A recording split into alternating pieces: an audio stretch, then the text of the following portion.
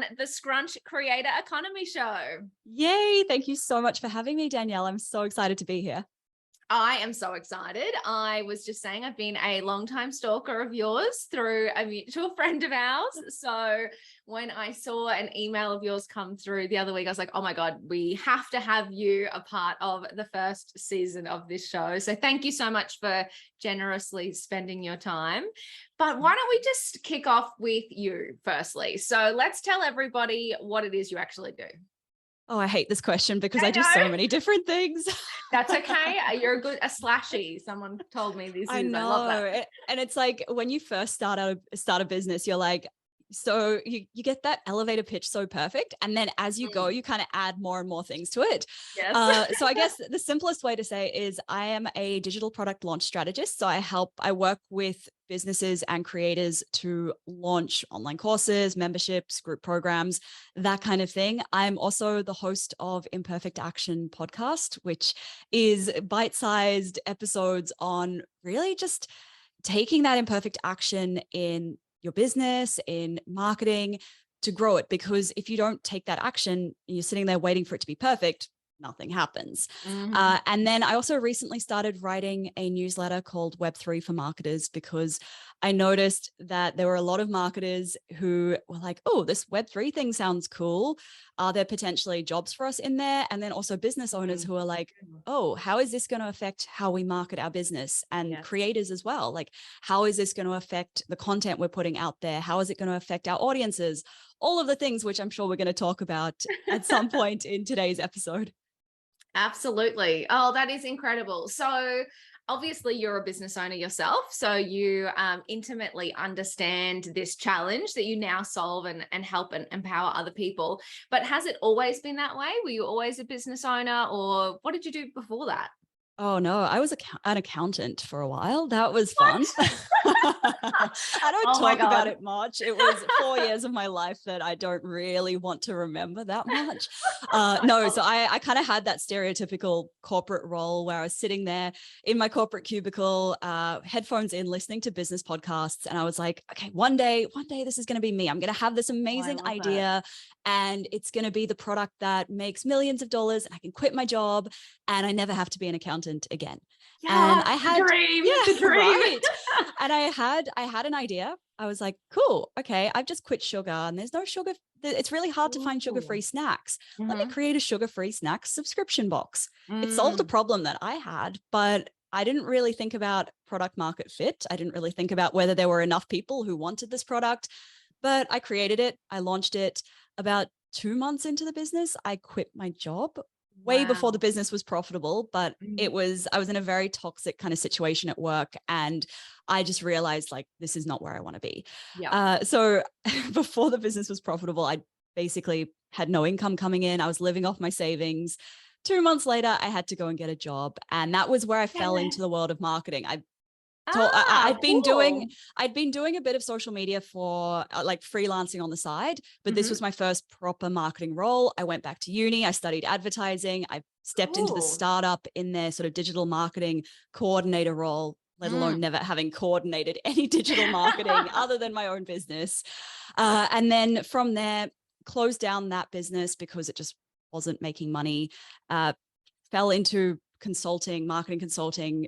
Thought I wanted to grow an agency, realized I didn't want to grow an agency because when you run an agency, you're not doing the marketing, you're managing people. And that for me, I realized, oh no, I enjoy the marketing side of it.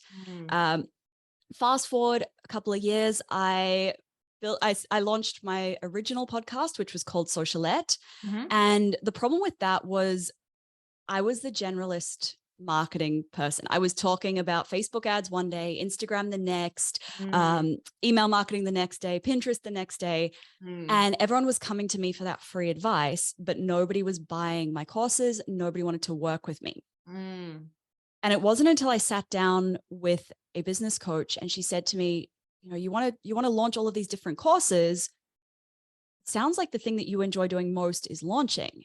And I was like, oh yeah. And I'm really good at it and nobody else likes it. Nobody else is really that good at it. So that's kind of how I fell into what I do now. Like it's the typical very much roller coaster, lots of twists and turns and pivots Yeah. along the way. And I've been doing what I'm doing now for the last 2 years, and I love it. I'm so happy now. Oh, wow. That's incredible. I love to hear that story because, I think sometimes we think that we need to pick the perfect thing straight out of the gate. Oh And we need no. to go, oh, that's my passion in life. And that's how I want to spend my days. But it never, ever works out like that.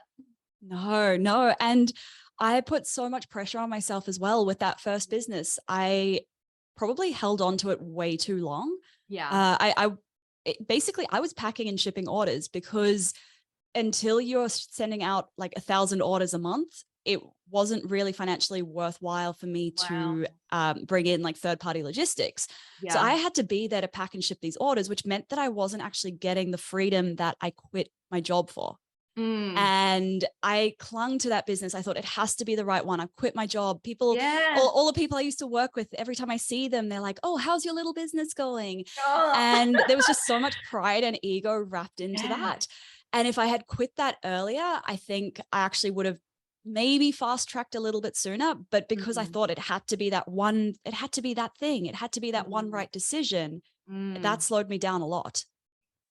Wow. I think that's incredible because I don't think that ever ends. And I'm sure you have this in your launch course and launch training, is that ongoing learning and optimization is the key to growth and scale. You rarely get it right on the first day. It is about looking at what you've done, what's working, what's not working, do more of the stuff that's working, try new things. Yeah. So I love that story. That's awesome.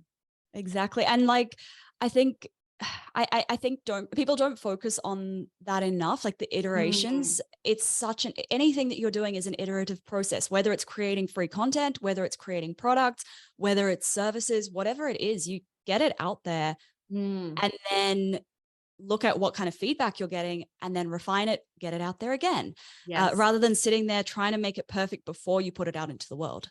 Yeah, I love that. That is so good. So you now work with creators, businesses, people who want to, are they generally digital-based businesses who are going through that launch process?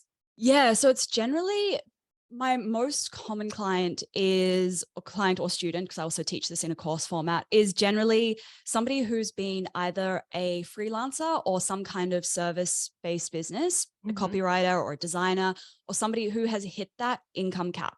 They can't take on any more clients. They're burnt out.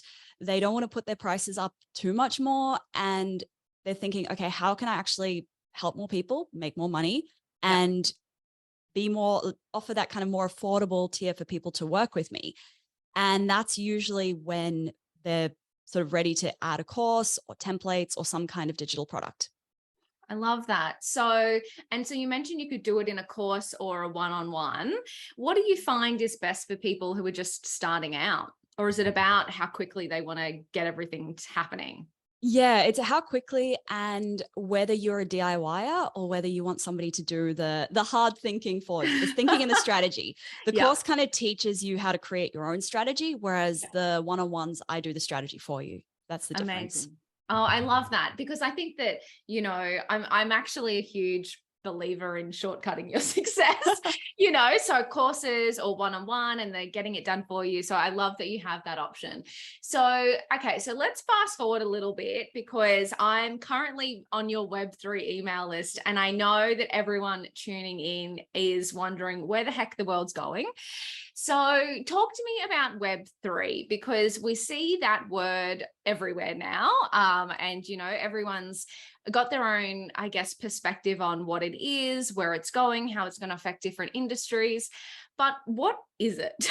Yes, that's the $1 million question, right? So if we think about the kind of different stages of the internet, we had Web 1, Web 2. We're currently kind of most of what we do online is Web 2, and then Web 3 is what's currently emerging. So Web 1 was back, I don't know, 20, no, not even 20, like in the 90s. And everything was you could just read web pages. You couldn't really contribute. There was no such thing as social media yet. It was just read only. Very ugly web pages. Yeah. And if you wanted to create your own stuff and put it on the internet, it was actually quite a big process. You couldn't just put up a blog. You had to go and rent hosting space and figure And out you how to had to learn code. how to code back then as Yeah. well. Like it was like really, really tough. Exactly. And then Web 2 came along, and that was when we started seeing things like MySpace, Facebook. Now we have Instagram, all of TikTok, all of that.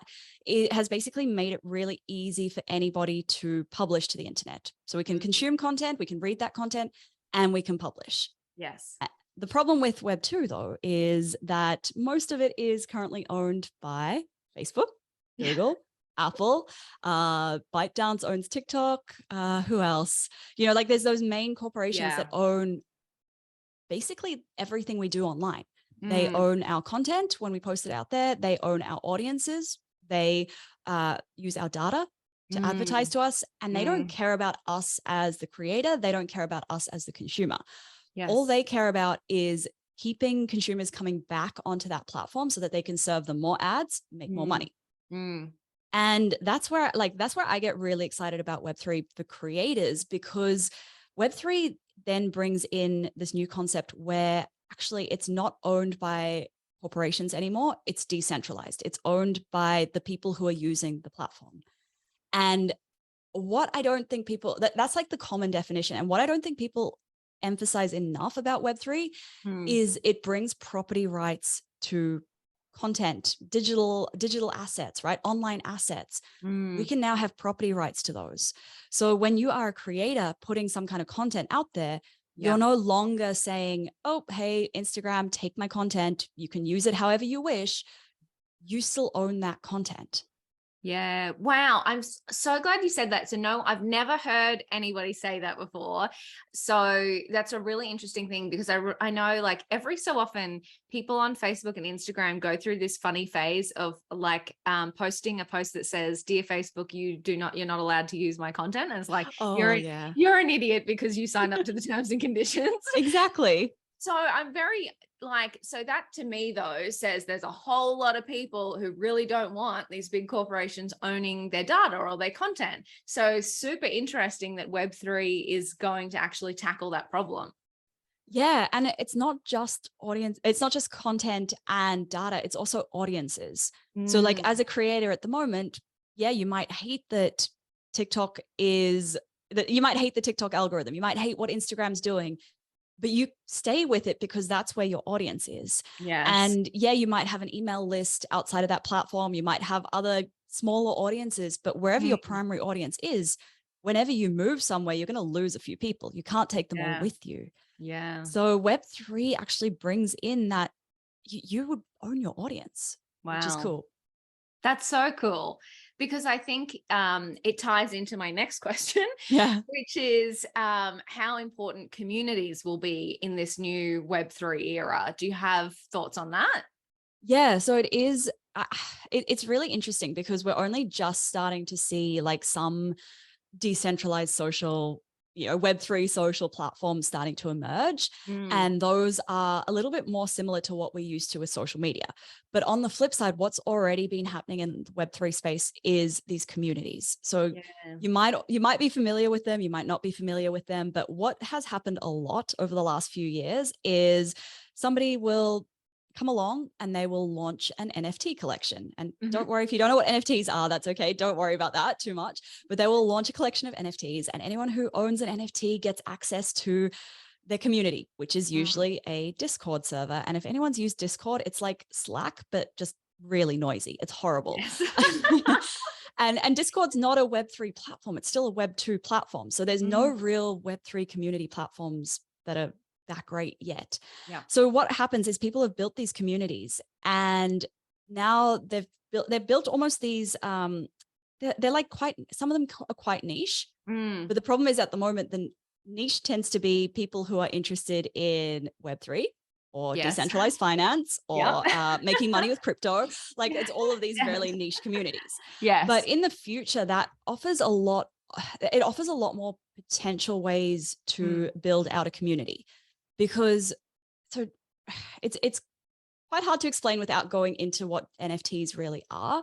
If we think of an NFT as like a property right, so it's an object, an intangible object on the internet, and you own that intangible object without going into like all the different nuances of it. Well, and I think everyone's kind of starting to get vaguely familiar with it more in terms of in the art world. So I guess, you know, we see all the crypto punks and the world of women. And so I think from a ownership over digital art, people are kind of starting to wrap their heads around, but this sort of utility element and then the community element, I think is kind of where you're going, which is okay, it's not quite happening yet, but we now have the key to get there. Yeah. But the really exciting thing is, so there's NFTs over digital art, and there's all these different collections that people are launching. Some of them are art, some of them are not art, some of them have utility. But what's really interesting so there's a decentralized social protocol. So they're like you think about how like WordPress is the thing that you can build a website on top of. They've kind of taken care of all the code and all of the stuff that you don't want to deal with, and you can build a website on top of that. Yeah. Lens in some ways has done that for people who want to build social media apps on Web3. Oh, so a developer can go in and create a Web3 social media app. Yeah. And anybody with a Lens handle can use any of those apps, and their followers go between the different apps. So they can post on one app, and the followers on that can see that. Their content can also go between those different platforms. Wow. So that's the first sort of wow. So your Lens handle almost becomes like me, like it's kind of like my identity in the Web3 world. So I can go between all of these Web3 communities and still be the same person. Between the Web3 social apps. So there are other things other tools that are starting to look at, okay, what's going to be your Web3 identity? But that's a whole different kettle of fish. Yeah. So with Lens, we're going to need wine for that conversation. I know. Yeah. Yep. So with Lens, and there might be other ones that do this in the future. Lens just seems to be like the most promising one right now. But with Lens, what happens is if somebody follows you, they get a little NFT that says that they are following you. They get your follower NFT. Yep. So what then that opens up is the possibility for a creator to say, okay, well, here's my community. You have to be following me to be able to access this private community. Or when you post a piece of content on Lens, somebody can collect it and they get a little collector's NFT of it. So they own a little collectible of your content. Wow. And that opens up the possibility of only people who have collected this piece of content can access the private community.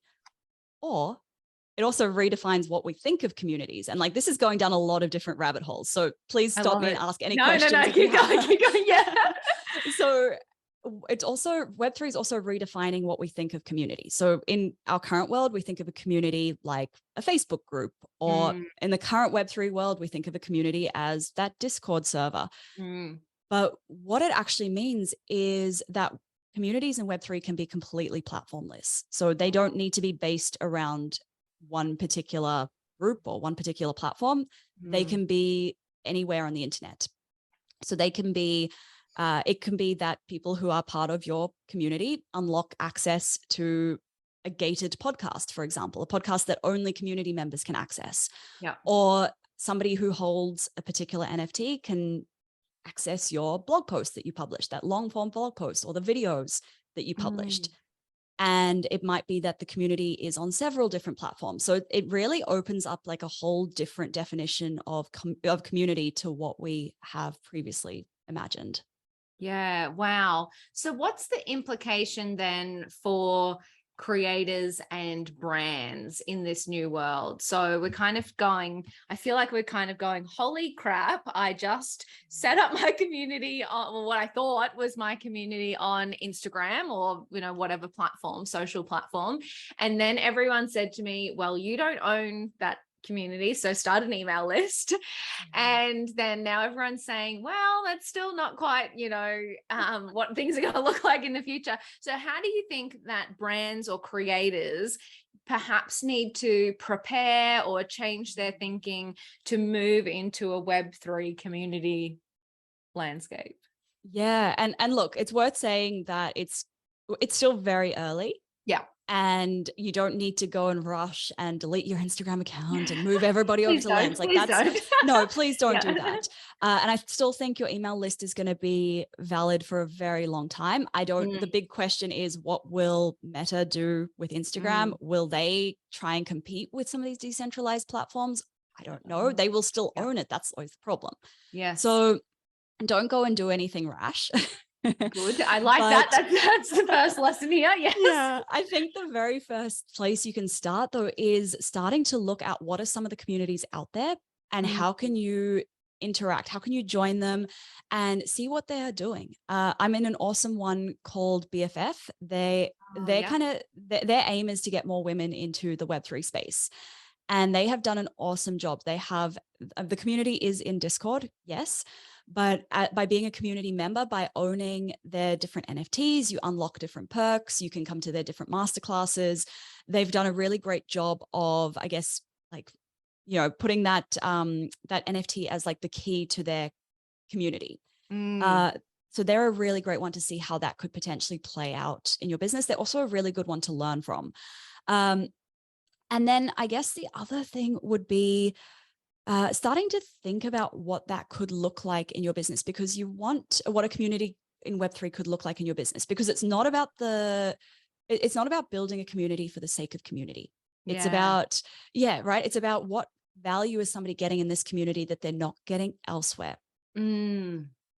Oh, that is such a good point, because I feel like, and it's interesting that you talked about the women in Web3 Lens, not to be confused with Lens, the platform we just talked about.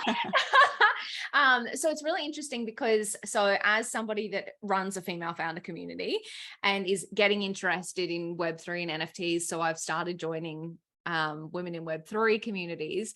That's a big question that I have, is what is everyone actually doing differently, you know, or is everything a lot the same at the moment? So I absolutely love that you just said, okay, don't just start a community for the sake of starting a community. What value do they actually get? And that's the problem that is in the Web3 space right now, is everyone has just started these communities for the sake of it. There are so many women in Web3 communities, and most of them are really average, because what's happened is they've funded the community by issuing these NFTs, which is like a one-off payment, right? They've got this one-off cash inflow, and they might get, so sometimes depending on the NFT, when you sell it, the original creator typically does get a royalty, but it's a pretty small percentage. So other than those royalties, they're not getting a whole lot of cash coming in, which means they can't really afford to hire a community manager. They can't manage the communities properly, and they kind of fizzle out, or they just become noisy. Yes. And that's why I really like BFF, because they have put the resources in to create and manage a community really well. So making sure that community has a point of difference, and making sure that you know how you're going to keep running that community, keep funding it as well. Like, you can't do it for free forever. Yeah. And that's really interesting too, because I guess that goes back to, it's still a business. So if you're selling these NFTs to help fund a community, like, you are essentially starting a business. So you do have to have a longer term strategy on, how you'll keep funding it, how you'll keep supporting it, why people should buy them in the first place, what's the longevity. You know, I think that we don't want to throw everything we know about business and marketing out just to jump on the new Web3 community bandwagon. Exactly. And it's like, Web3 is like, I think everyone thinks of like, oh, NFTs are the product, but no, the actual product is what that NFT gives them that access to. If we're thinking about it in this way, if we're not thinking about it in a digital art way where, you know, you own that art, but if we're thinking of it as in the community lens, it's like, again, not Lens the platform, but if we're thinking of it under that community now we can't stop lens, saying that. then it's like, okay, so the NFT they're buying is not the product. They're not buying it because it's like, oh my goodness, it's an NFT. Like that hype is done. People are no longer buying them just because it's an NFT. They're buying it because of what that means for them. The same as, you know, they're not buying online courses because, oh my goodness, it's an online course. No, there's so many online courses out there. They're buying it because they want the outcome that it's giving them. So being really clear on like, what are they getting? And then how are we going to keep running this as a business? And it doesn't have to be that it doesn't have to be like a subscription membership kind of community. It can be that the only people in the community have access to your product drops. It could be that only people in the community can apply to work with you. Only people in the community get access to something else that they can buy from you, right? So you can have, that can be your income stream as well. Yeah, I love that. I think that, yeah, it's kind of really hard at the moment to separate, the hype from what we actually need to be thinking about long term, because I think it's not about burning to the ground everything we've built to date. It's about how do we adapt as creators, as business owners, as marketers. How do we actually adapt to new technologies? Yeah, exactly. Not burning it to the ground. I love that. And I think it's really hard to separate it from the hype because that's what we see in the media, right? The media isn't posting, hey, this podcast, there's an awesome podcast called Rehash. They created basically an NFT based podcast. Oh, cool. Yeah. So people, their community who hold those NFTs, they can vote on what guests the podcast has, all of that kind of stuff. So they kind of own that podcast collaboratively. But the media is not really writing about them. They're writing about, this brand did this NFT release and, Gucci's partnering with this person, New York Fashion Week's doing that. Because those are the exciting stories. But that's kind of capitalizing on the NFT hype, which I don't think really shows creators, business owners, how we can use that for ourselves. It's really funny that you said that. So I hadn't heard of the podcast that's community owned and run through NFTs. I had heard of what are their names? Mila Kunis and Ashton Kutcher have done it with a show, and the community. Oh, I didn't know this. Yeah, I can't remember. I'll put it in the show notes, but it's something like the community actually gets to vote on characters, on outcomes, it's like a cartoon, like it's an animated thing, so that they can do it a little bit more real time. But the community, I know which one it is. Yes. Yeah. Okay. I didn't know it was Mila Kunis and Ashton Kutcher, but I did know about the show. Yeah, that's right. Yeah. And there's also one where it's a book. There's another one that really? They've done this as a book, and people have been able to vote on the plot for the book. Oh my God. It's so cool, right? Like, so when we think about it in that context where, as a business owner or a creator, it's so important to build content and products and services that are aligned to what your community wants, right? What do your customers want? You need to talk to them. That's kind of how you grow your business, because you're actually creating solutions for them. I feel like this is like the next level to that. So it's actually, and as business owners, sometimes our ego gets in the way a little bit and we don't actually survey our customers. We just go, I know what they want, and build things.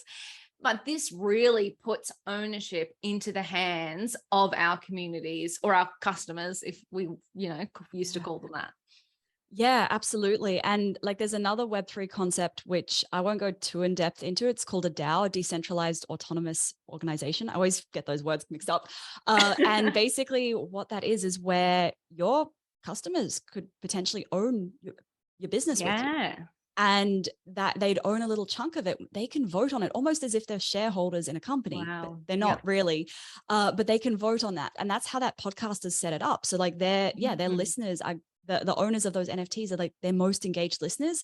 They get to vote. What do we want the show to be about? What sponsors do we want to take on?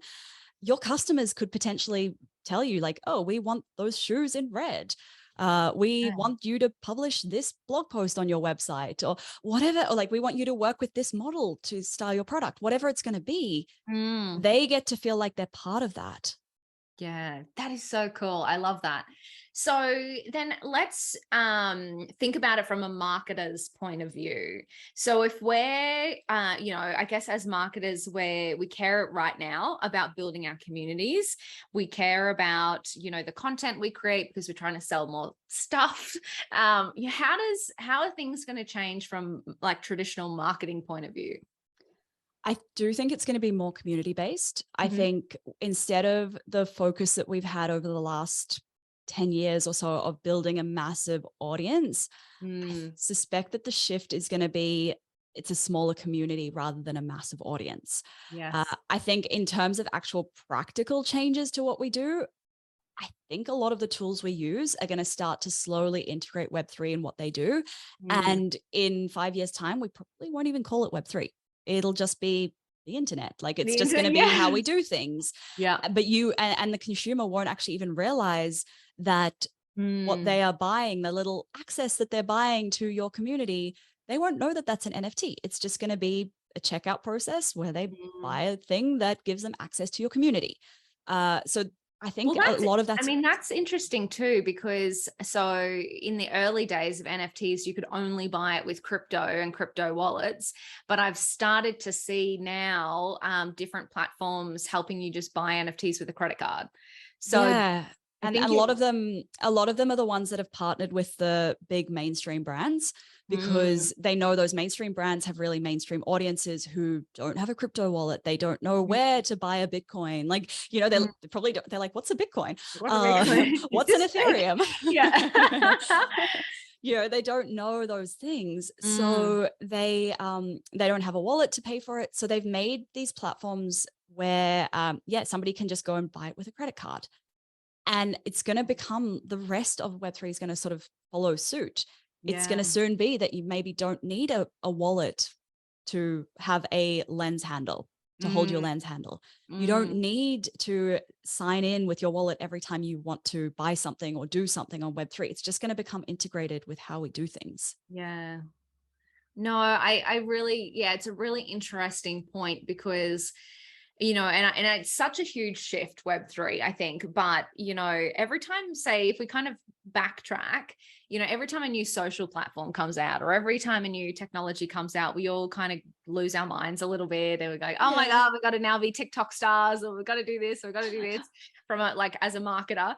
And, you know, but it is incremental, like the shift in, okay, no, actually, no, this is just a new type of content that I'm creating. This is what the algorithm's saying, blah, blah, blah. I feel like it will be a slower shift. I think there's all this hype happening around it. All the language is different. So Web3, NFTs, DAOs, like we're just going, what the hell do I have to get my head around? But I think you're spot on. Like, I actually think it will just incrementally happen. And all of a sudden we'll be like, yeah, well, this is the way it is. Yeah. And it's actually been really interesting. I've done a lot of like reading and writing about Lens and like Web3 social in general. And like at the moment, it sucks. Web3 social sucks because everybody's on there talking about NFTs, talking about crypto, talking about Web3. It's this Web3 echo chamber. But what they really need is they need a big creator with a big following to say, I'm deleting my Instagram, I'm deleting my Twitter, I'm deleting my YouTube, I'm deleting my TikTok. This is the only place I'm going to post now. Kind of what Spotify did with Joe Rogan, right? They got a lot more people listening to podcasts on Spotify because they made him exclusive, you know, for better or for worse. But totally, that's what happened. So it's almost as if one of the Web3 social platforms needs to do that before we're going to start to see any kind of mainstream adoption. And because like at the moment, nobody who uses Instagram is going to go and use Lens because unless they want to learn about crypto and Web3, because the content sucks. And no creator is going to willingly give up their audience and move to Lens unless they have some kind of incentive. So it's like chicken or egg, right? One of them has to come, or catch 22 even, like one of them has to come first. And who is it going to be? Yeah, wow. So you obviously need to create the marketing strategy for Lens and tell them how to get this right. Oh, they've got a pretty good, I think they've got a pretty good marketing strategy. Like their whole launch and rollout and everything, like it's still really hard to get a Lens handle, which is cool. Oh, really? Yeah. Yeah, no, I've literally been like notes taking as we speak of all of the platforms that I've got to go and check out now.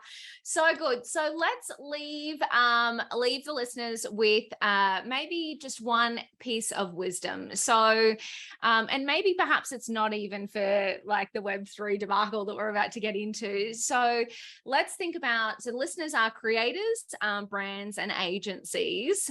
What do you think the number one thing creator businesses should be thinking about right now, whether it be to do with their marketing, their launches, Web3 coming, you know, what's the one thing that everyone should be thinking about right now? Yeah. Okay. So this is actually something that I have, as a marketer, I've shifted my own perspective on as well. And that is that we need to shift from thinking about content as marketing to thinking about how our brands are being creators. So the creators are already doing a great job. They don't need to worry about this. But marketers have been just creating all of this content for marketing, and it's contributing to so much noise. It's a noisy place out there. And like 90% of content, probably even 99% of content just falls flat. Yes. And you look at the people who are getting that cut through, they are getting that reach. Those are the creators who are putting awesome content out there. So marketers need to be more like creators now. Oh, I love it so much. Steph, you are incredible. Thank you so much for joining us today and spending your time on the Creator Economy Show. Thank you so much for having me. And wow, we went down a lot of different rabbit holes. I love it. It was perfect.